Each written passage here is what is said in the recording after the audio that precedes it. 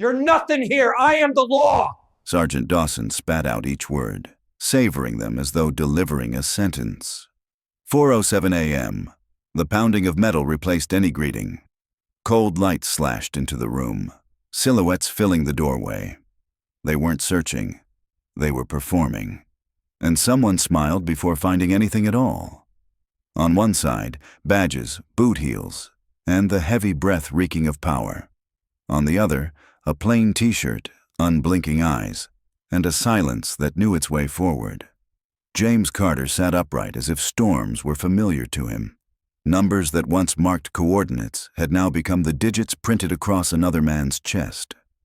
The target did not appear only tonight, and within those walls, something was already counting down. No one could see it, but one man already knew the ending would not belong to the one who shouted the loudest. The door burst open at 4:07 a.m. The sound of splintering wood echoed through the quiet living room. 3 police officers stormed inside, their flashlights slashing the darkness like blades of glaring light. Boots struck the hardwood floor with a dry, cold thud. Leading them was Sergeant Dawson, hand firm on his sidearm. Behind him, Officers Thompson and Reeves moved in precise tactical formation. "Police, hands up!" The shout tore through the night. At the back room of the house, James Carter sat calmly on the edge of his bed. No panic, no screaming, just watching the bedroom door with the composure of a man who had faced far greater dangers. At 42, James had served 15 years with the Navy SEALs. He knew the sound of a raid, knew the difference between the weight of military boots and police boots, and knew the tremor in hands pretending to be in control. A flashlight beam lit his face. James slowly raised his hands, each movement deliberate, leaving no room for misunderstanding. He wore only sweatpants and a white t-shirt, his dark eyes adjusted to the harsh light, the automatic reflex of a soldier honed through hundreds of life-or-death missions. "Don't move!" Dawson charged in, weapon aimed straight at him. His eyes swept quickly around the tidy room. A single bed, a closed wooden wardrobe, a small desk. Minimal, no luxury. The lifestyle of a man used to living with only essentials. "What's your name?" Dawson barked. "James Carter." "Address?" "Right here." Thompson had already begun rifling through drawers, tossing clothes onto the floor. Reeves yanked the wardrobe door open. Hangers clattered, a few shirts dropped. James silently observed each action, each violation, his face revealing no emotion. Then Thompson's flashlight froze. At the back of the closet, behind civilian clothes, hung a neatly pressed navy blue jacket. Under the light, golden embroidery gleamed, Navy SEALs. Thompson swallowed hard. His finger on the trigger twitched. Dawson noticed the change and followed the beam. "Damn it," Thompson muttered, but Dawson clenched his jaw. "Stop now. Impossible." They had the warrant. And in front of this man, watching them with unnerving calm, retreat was unthinkable. "Continue the search," Dawson ordered, his tone stiffer than usual. Reeves pulled a gym bag from under the bed, emptying it onto the floor. Towels, a water bottle, worn-out sneakers. Thompson kept digging through the desk drawers as if looking for something specific. Ordinary people, when their home is raided, panic. They cry, shout, demand answers. James was different. He calculated. He memorized each face, each badge number. He logged every breach of protocol. Because more than anyone, James understood the value of protocol, the rules every operation must follow. And these men were breaking them all. Dawson moved to the nightstand. His hands worked smoothly. Too smoothly. James watched as Dawson opened the drawer, slipped his hand inside, then subtly, almost imperceptibly, placed a small object in before pulling it out. "Well, what do we have here?" Dawson intoned theatrically. In his hand was a small plastic bag. The flashlight glinted off the white powder inside. James didn't flinch, didn't protest. He simply looked Dawson in the eye, a look that said, "I saw what you just did." And Dawson knew he had seen. "Cocaine," Reeves stepped forward to confirm. "It's not mine," James replied calmly. They all say that, Thompson muttered with a forced laugh. But none of them noticed the tiny button-sized hidden camera on the bedside lamp, recording everything. From the moment the door was smashed open, every action, every word, every planted piece of evidence, all captured in high definition. James had installed 6 cameras throughout the house 3 weeks earlier. Exactly when he noticed strange signs. A police car crawling past every night. The same plate number, the same faces staring into his window. James Carter had not survived 15 years of special missions by ignoring threats. He investigated quietly, the way he had been trained, patient, methodical. And then he discovered his name on an unofficial blacklist within the local police department. No paperwork, no records, just whispers passed through private group chats. The reason. A year earlier, James had testified against Officer Davis in a brutality investigation. Davis had beaten a black teenager unconscious during a traffic stop. James, by chance returning from the grocery store, recorded the incident on his phone and handed it over to investigators. Davis was suspended, lost 3 months' pay, became a pariah among his peers. And James Carter, once a silent hero, became a thorn in the department's side. For the past 3 months, he had been issued 3 bogus traffic tickets, pulled over 6 times at random, his house searched twice following anonymous noise complaints, even on nights when he sat alone watching TV at low volume. So James did what any SEAL would do: prepare. He installed cameras, kept every receipt, every ticket, documented each stop, contacted a lawyer, filed a federal lawsuit, and waited. Waited for the escalation he knew was inevitable, because men like Dawson wouldn't stop at petty harassment. They needed a big strike, a takedown that would destroy his credibility as a witness. And tonight, Dawson stepped forward, steel cuffs in hand. "James Carter, you're under arrest for possession of narcotics," Dawson declared coldly, his words hissing through clenched teeth. "I want to see the search warrant," James replied, his voice calm, as still as a mirror lake. "Here, you're nothing. I am the law." Reeves snorted, cutting in without bothering to hide his disdain. "Suspicious activity report. That's enough." "Report from whom?" James shot back. "Anonymous. An anonymous report never authorizes unlawful entry," James stated, each word like a blade stabbing into the floor. Dawson paused, the cuff still gleaming in his hand. Something in James's steady tone unsettled him. "You think you're clever, don't you?" Dawson growled. "No." James kept his voice calm. "I know exactly what you're violating, the 4th Amendment of the Constitution. Search and seizure without lawful cause, entering a private home without a warrant, destroying property, and planting false evidence, which I witnessed with my own eyes." The air grew thick. Thompson and Reeves exchanged uneasy glances. The Navy SEAL jacket still hung in the closet, looming like a reminder that the man before them wasn't just an ordinary citizen, but a former operative, where one mistake meant death. "You're accusing police of planting evidence?" Dawson asked, his voice dangerously low. "I'm simply stating the obvious truth," James replied. Dawson yanked the cuffs tight around James's wrist, metal grinding into skin. But James made no sound, denying them the satisfaction of his pain. Dragged through the wrecked room, James remained quietly observant. Every detail imprinted into memory. The camera inside the smoke detector, the one on the bookshelf, the one hidden in the wall clock. 6 angles, 6 synchronized feeds, automatically uploaded to the cloud, untouchable, unerasable. Outside, lights flicked on in neighboring houses. Curtains parted. Mrs. Wilson, 70, stepped onto her porch, phone raised. "James, I recorded it. I got everything," she shouted.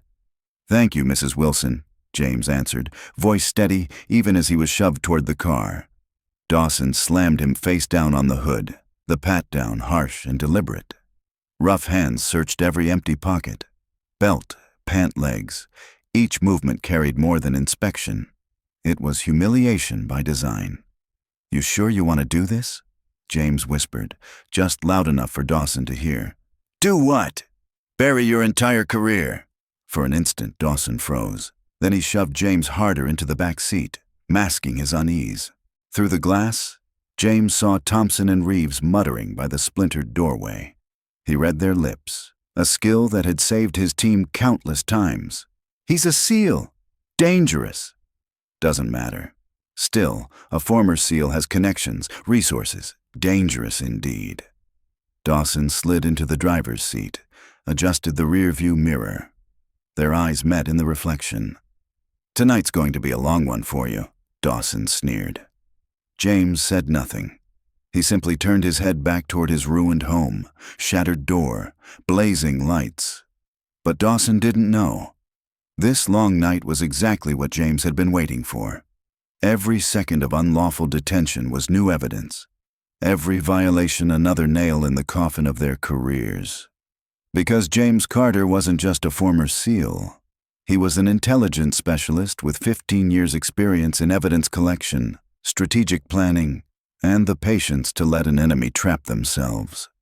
As the cruiser rolled through a city still wrapped in silence, James closed his eyes. Not in defeat, in preparation, the same way he always had before critical missions. The only difference?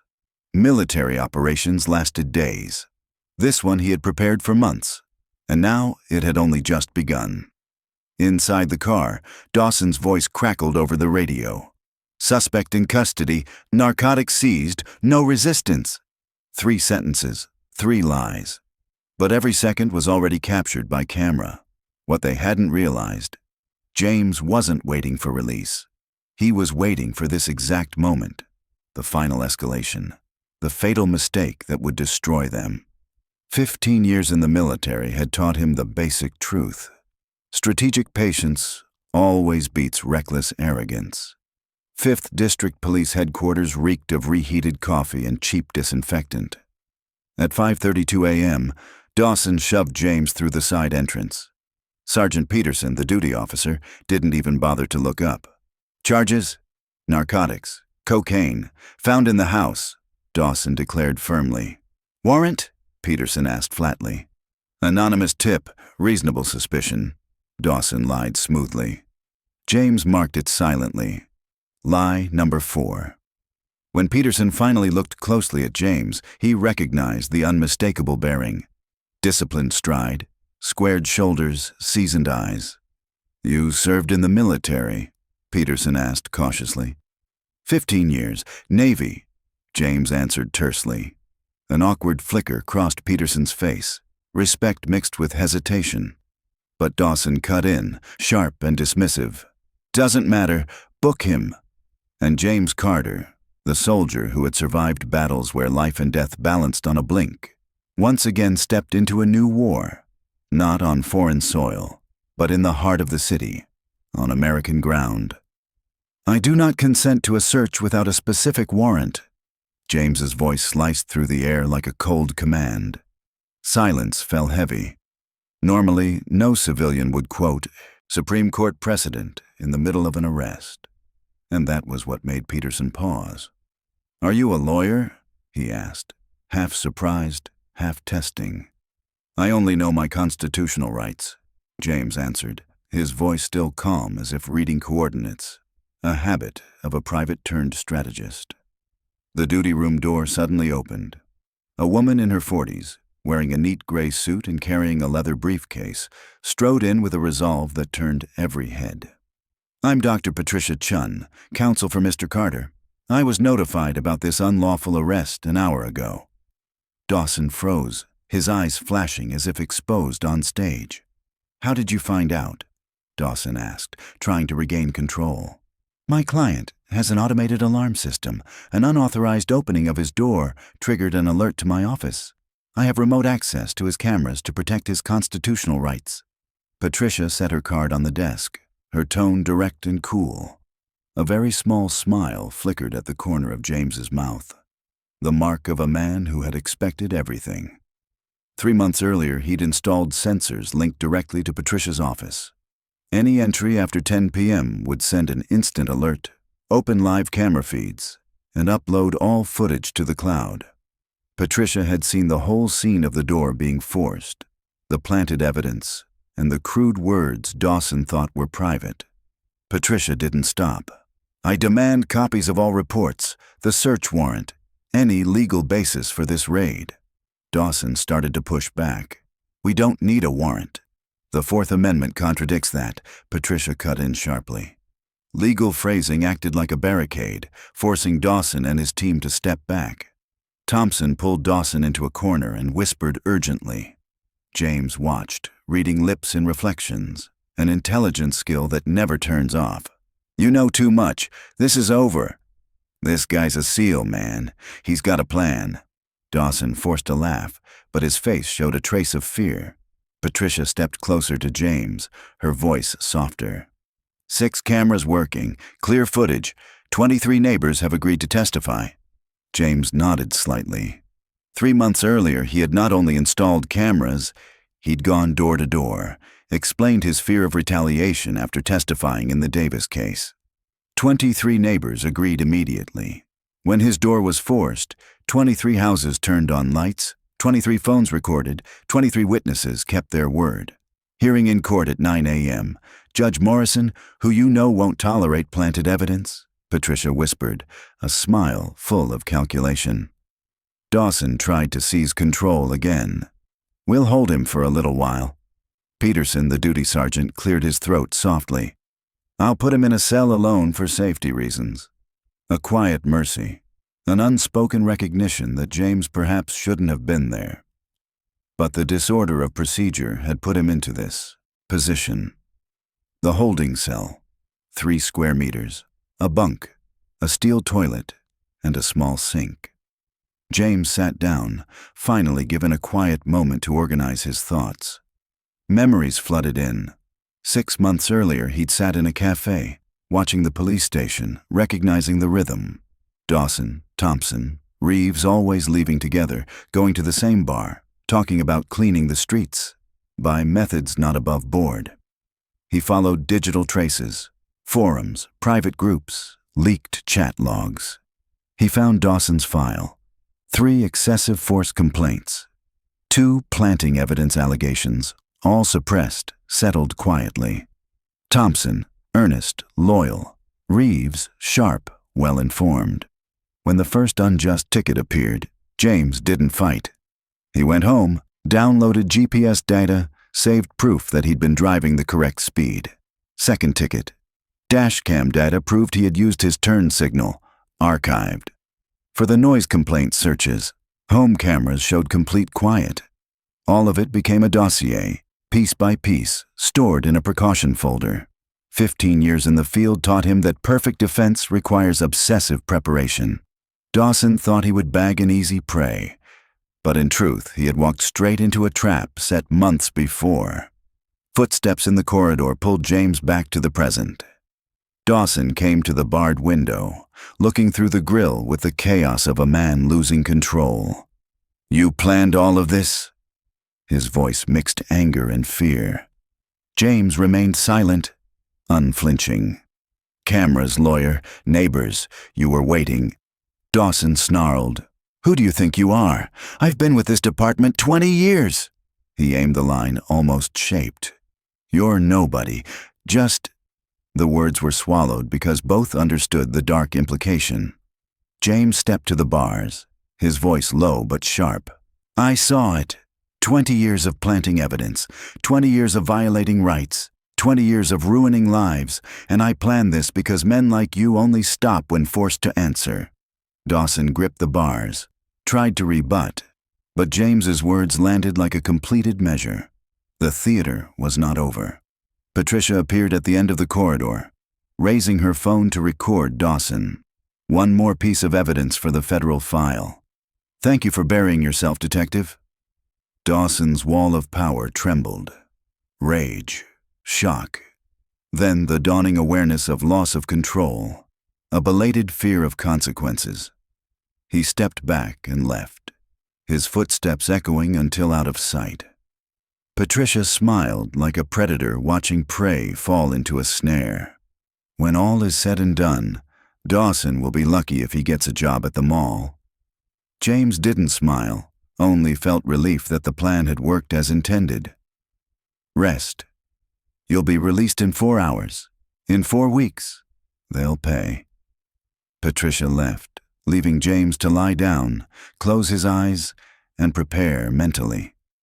His plan had been laid out like a military operation, phased, precise, and cold. Phase 1 was collection. He quietly placed cameras, saved every file, gathered irrefutable pieces of evidence. Every bogus ticket, every surprise stop, every anonymous call recorded and archived. That phase was complete. Phase 2 was the survival trial. When the door was broken, when he was arrested and humiliated, he had to remain calm, endure every legal violation without lashing out. The goal was to survive and allow the evidence he'd prepared to remain intact. That phase was also complete. Phase 3 is the public moment. To present those files in court, force the judiciary to see the truth, and win temporary freedom. The first verdict for personal justice. And Phase 4, the most dramatic, is when all evidence is linked and the federal dossier exposes a systemic conspiracy. Those who thought they'd hunted prey would realize they had just been drawn into the trap the victims set. That is the strike that will topple their careers and force the protective machine to change forever. James took a deep breath, not from fatigue, but from pure confidence. The confidence of a man who had prepared for every consequence. The long night had begun, but it was not a night for him to fear. It was the night when justice, with its numbers, its footage, and its witnesses, would begin to collect its debt. James Carter was not fighting only for himself. He was fighting for every victim Dawson had ever framed, for the innocent lives ruined in the name of law enforcement.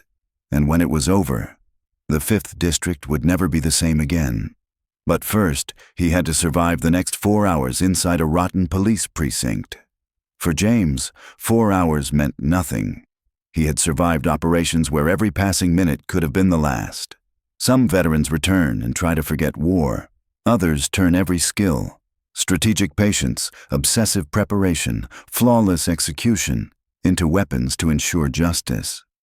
James Carter belonged to the latter, and those 3 corrupt officers had just discovered that the hard way. As James closed his eyes in the cold cell, one question hung in the air. What had he uncovered in the past 6 months that could turn this unlawful arrest into the destruction of their entire careers? For Dawson's expression before leaving had not been only anger. It had been the primal fear of a predator realizing it was being hunted by prey far more dangerous. 9 a.m. James entered the courtroom, Patricia Chun at his side. The room was more crowded than usual for a bail hearing. Journalists filled the back rows, cameras ready. On the bench, Judge Morrison, famous for his intolerance of corruption in law enforcement, looked down at the files, his face stern. Across from James, Dawson, Thompson, and Reeves sat uneasily. Their tension was plain. "Dr. Chun," Morrison began, "I understand there are allegations here more serious than mere narcotics charges." "That is correct, Your Honor," Patricia stood. "We have evidence of unlawful entry, planted evidence, and a conspiracy to violate civil rights." Prosecutor Wilson Grant sprang up. "Baseless, Your Honor. The officers acted according to proper procedure." "Procedure?" Patricia connected her laptop to the projector. "Let's review the evidence." The first video. The door smashed open. No knock, no announcement. A blatant intrusion. "No warrant, no legal cause," Patricia narrated. The second video. Dawson's hand slipping, dropping a small bag into the drawer before pretending to discover it. The zoom captured every move in crystal clarity. Murmurs rippled through the room. Dawson's face drained of color. Thompson stared down. Reeves squeezed his eyes shut. "Evidence planting," Patricia confirmed. "Recorded from 6 different angles. How do we know the video wasn't doctored?" Grant tried desperately. All data was uploaded directly to an independent server, timestamps immutable. In addition, we have this. Patricia played a clip from Mrs. Wilson.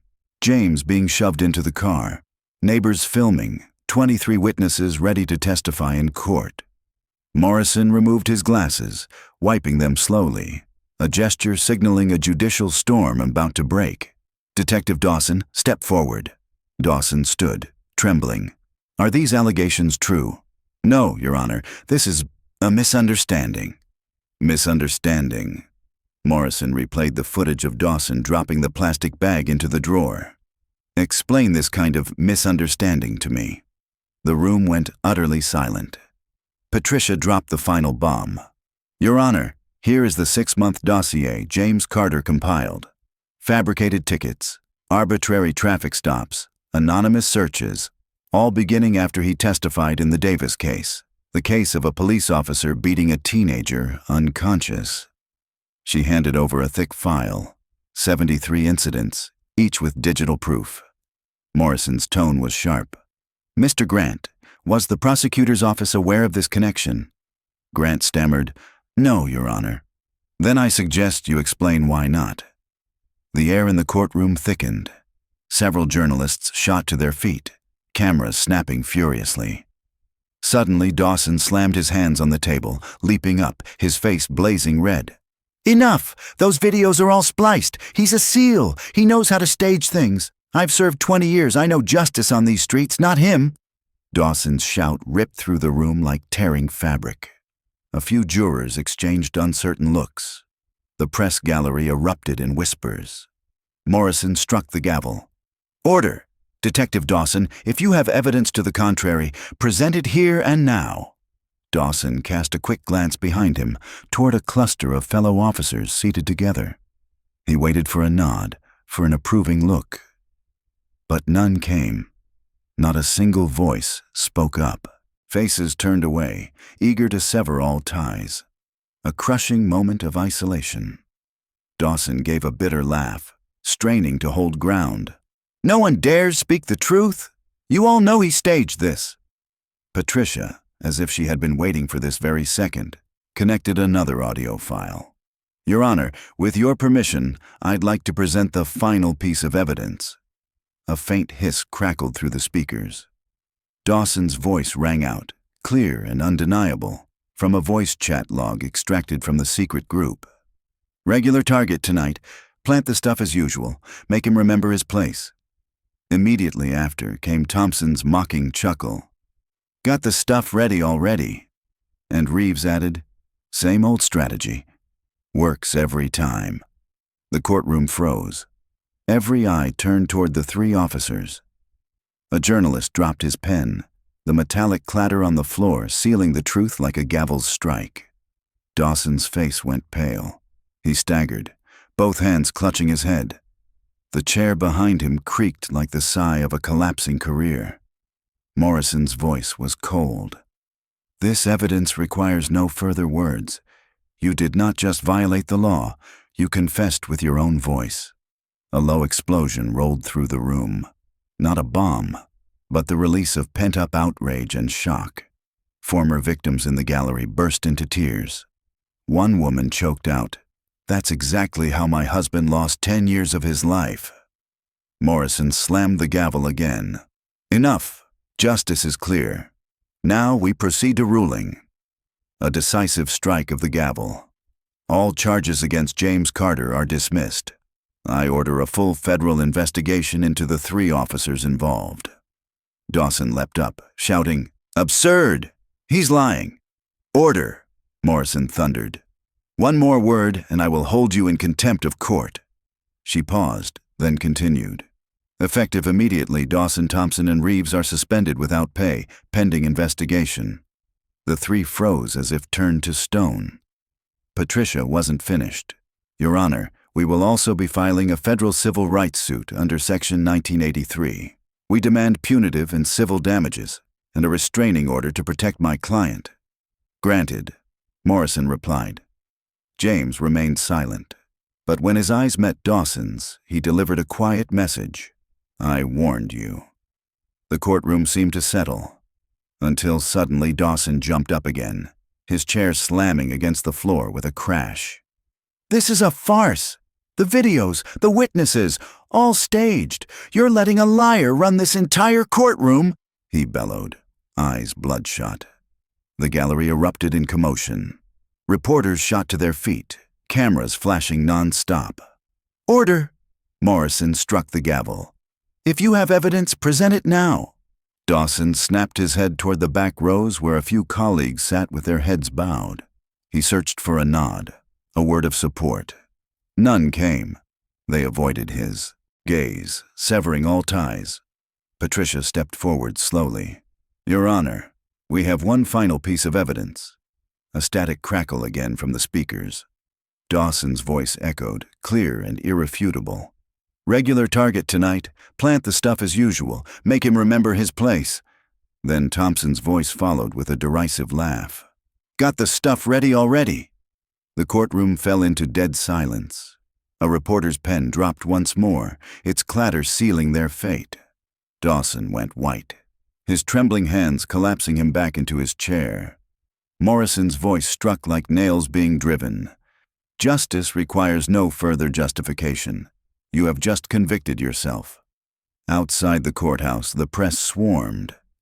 "Mr. Carter, how does revenge feel?" "I am not seeking revenge," James answered calmly. "I am seeking justice, and those are two very different things. There are rumors you have more evidence." "Is that true?" a reporter pressed. Patricia cut in. "No further comment at this time." But in truth, the rumors were real. For 6 months, James had not only protected himself, he had investigated every other victim Dawson had framed over the past 5 years. 17 cases, all poor, all minorities, all with suspicious drug charges. 16 had already agreed to join a class action lawsuit. And when the FBI opened the file James submitted, they would see not just 3 officers, but a corruption network rooted deep for decades. As James walked down the courthouse steps, free at last, he saw Dawson being led away by federal agents for questioning. The predator had become the prey. The hunt had only just begun. Because some men crumble under injustice, but others turn pain into purpose, humiliation into resolve, an unlawful arrest into a federal dossier that changes the law itself. James Carter was one of the latter. 8 weeks later, the Carter file was no longer just a single case. It had become a roadmap. The FBI, state prosecutors, and an independent investigative task force launched a joint operation. Subpoenas rolled out in batches. Duty logs, arrest reports, search records, internal radio traffic, patrol car GPS histories, body cam files, even chat logs from secret groups. Each detail locked together like the teeth of a combination lock. The first crack came from Reeves. Under the weight of digital evidence, he sought a deal. Handed over his personal phone, screenshots of entire chat groups, and detailed the planting procedure with a list of victims over 3 years. The mocking texts appeared on screen. "Regular target tonight. Stuff ready. Make him remember his place." Each phrase nailed down the pattern of systemic abuse. Thompson followed. He admitted repeatedly mishandling drug evidence. In reality, transferring powder from the seizure vault to crime scenes on verbal orders. He revealed another dark layer. Odor reports, fabricated to justify warrantless raids. Pre-printed traffic stop forms needing only a time and license plate. Patrol car cameras accidentally malfunctioning on critical nights. These confessions unlocked the vault of physical evidence. From GPS data, the investigative team uncovered an unusual pattern. The same patrol unit repeatedly circling the homes of people who had filed complaints against the police, often between 10 p.m. and 2 a.m. Matching this was a spike in anonymous tips within a 1-mile radius, concentrated in poor and minority neighborhoods. Many body cam clips had been cut, always during the same 3 sensitive minutes. The digital forensics unit recovered 12 fragments, and in one of them, Dawson's voice was unmistakable. "Turn off the cam, now." The state prosecutor escalated the approach. Instead of prosecuting each case individually, they applied a framework against structured corruption organizations, a state-level parallel to RICO. to pin responsibility up the chain of command. New choke points appeared. A lieutenant who signed off on nightly reports without reading them, an internal affairs investigator who buried complaints, an evidence room clerk who logged narcotics bags with no seal numbers. 3 strikes into the core, a web unraveling. Then came no siren day. At 6 a.m., search warrants were executed simultaneously at 14 sites. Private homes, offices, the evidence vault, even the bar where the group regularly met. Document shredders were still warm. A USB stick hidden in an old phone case. Envelopes of cash stuffed into file folders. On one office wall, a calendar board of quota targets had been ripped down, fresh nail holes still visible. The public hearing exploded like a storm of data. Attorneys for the victims displayed graphs. The curve of drug crimes in the 5th District rising exactly with Dawson's shift schedule. Heat maps overlaying patrol car routes. Timelines showing body cam signal loss, always coinciding with warrantless raids. No longer accusations. This was the geometry of abuse. The chain reaction came fast. Federal prosecutors filed criminal charges against the 3 core officers. The state filed civil suits under Section 1983 for 17 victims and opened the door for more cases. The police department suspended 11 more officers, including a lieutenant. The chief announced early retirement. The city created a civilian oversight board with real-time data access, approved new rules. Body cams must auto-upload to the cloud with edit lock. All-night raids required judicial warrants and independent monitors. All quota systems for citations banned outright. And James, he declined every media offer to appear on television. By day, he worked with Patricia meeting victims' families, helping each one write affidavits, gather receipts, verify timestamps. By night, he sat at his screen, piecing data fragments together like a campaign map. Names, dates, coordinates, chains of command. Not vengeful, just precise, to the point of coldness. On the first judgment day, the court awarded damages to 4 victims. Compensation, legal fees, punitive damages. But what silenced the courtroom was the reform order. Mandatory 4th Amendment training. An independent gatekeeper required to approve all anonymous tips. An automated alert system if any body cam lost signal for more than 60 seconds during duty. Law not just to punish, but to prevent recurrence. Dawson left the courtroom in handcuffs, the shuffle of papers echoing coldly. He glanced back, seeking a nod of solidarity from the row of fellow officers. None came. Power once built on shouts dissolved quickly into silence. The silence of those unwilling to lie for him anymore. On the courthouse steps, James paused when a reporter asked, "Do you feel like you've won?" He looked across the crowd. Victims, lawyers, citizens, and replied softly, "Victory isn't someone being arrested. Victory is when, at night, the innocent sleep without waking in fear of a knock on the door." And when the city updated the new procedures on the police department's digital board, a small line appeared at the bottom. All power must keep a log. It was not just a rule. It was the legacy of a man who chose preparation over hatred, evidence over shouting, and turned one unlawful arrest into the lever that collapsed a rotten network. The hunt had ended, but the watch had just begun. In the end, justice did not arrive with shouting, but with truth, meticulously prepared, and resolve that would not bend. The lesson is clear. Arrogance can dominate for a moment, but only discipline, evidence, and persistence shape the outcome. While Dawson thought power was a shield, James proved that principle and preparation are the sharpest blade. Let the echo remain. Everyone has a breaking point, but when truth is placed in its rightful place, the balance shifts. A person's worth is not measured by a shout or a pair of cuffs, but by how one rises, calm, upright, and without hatred, to defend what is right.